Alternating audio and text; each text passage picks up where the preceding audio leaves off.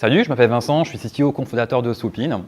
Chez Soupin, nous avons trois grandes valeurs. La première, ça va être tout d'abord la passion, puisque chez nous, tous les développeurs sont tous des passionnés de technologie. Ça va être l'équipe.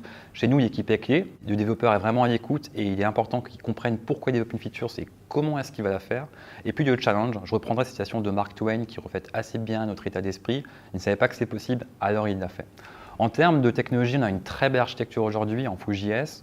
En termes de back, on a du Node.js, du Nest.js, quelques services en managed comme MongoDB Atlas, Realm, du Redis Apps, du Kafka Confluent, avec du GraphQL pour les API internes. On est full microservice et event-driven pour avoir une forte scalabilité et atomicité, plusieurs dizaines de milliers de commandes par jour. Au niveau du front, on a une Jamstack basée sur Gatsby, donc du full React.js avec du React Native pour application mobile. En termes de cloud, on utilise Google Cloud Platform, donc avec du Kubernetes et les dernières briques technologiques associées comme Flagger, Helm et Istio.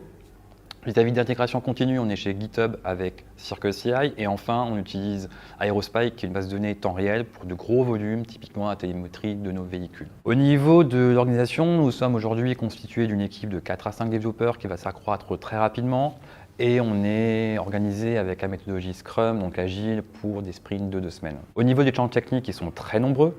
On a par exemple aujourd'hui des challenges de type UX/UI avec des modules à très forte valeur ajoutée comme la cartographie, le suivi temps réel. On a des challenges de type IoT, connectivité aux véhicules, de type logistique, optimisation des tournées, des commandes, voire des flux, des dépôts avec du supply chain, et bien sûr des challenges de type hardware. Pour terminer, je dirais que chez Soupin, il y a 2 particularités. La première, c'est que le développeur aujourd'hui a cette chance d'être au centre d'une plateforme qui est en train d'exploser, donc il reste encore beaucoup de choses à faire, à structurer, à développer. On est en train de fixer les caps sur les 2-3 prochaines années. Et enfin, il y a une vision à 360 degrés de l'activité. Et le meilleur exemple que je puisse donner, c'est qu'il suffit de descendre de 2 étages du bureau pour entrer dans un dépôt urbain de 2500 m² et voir l'activité en live.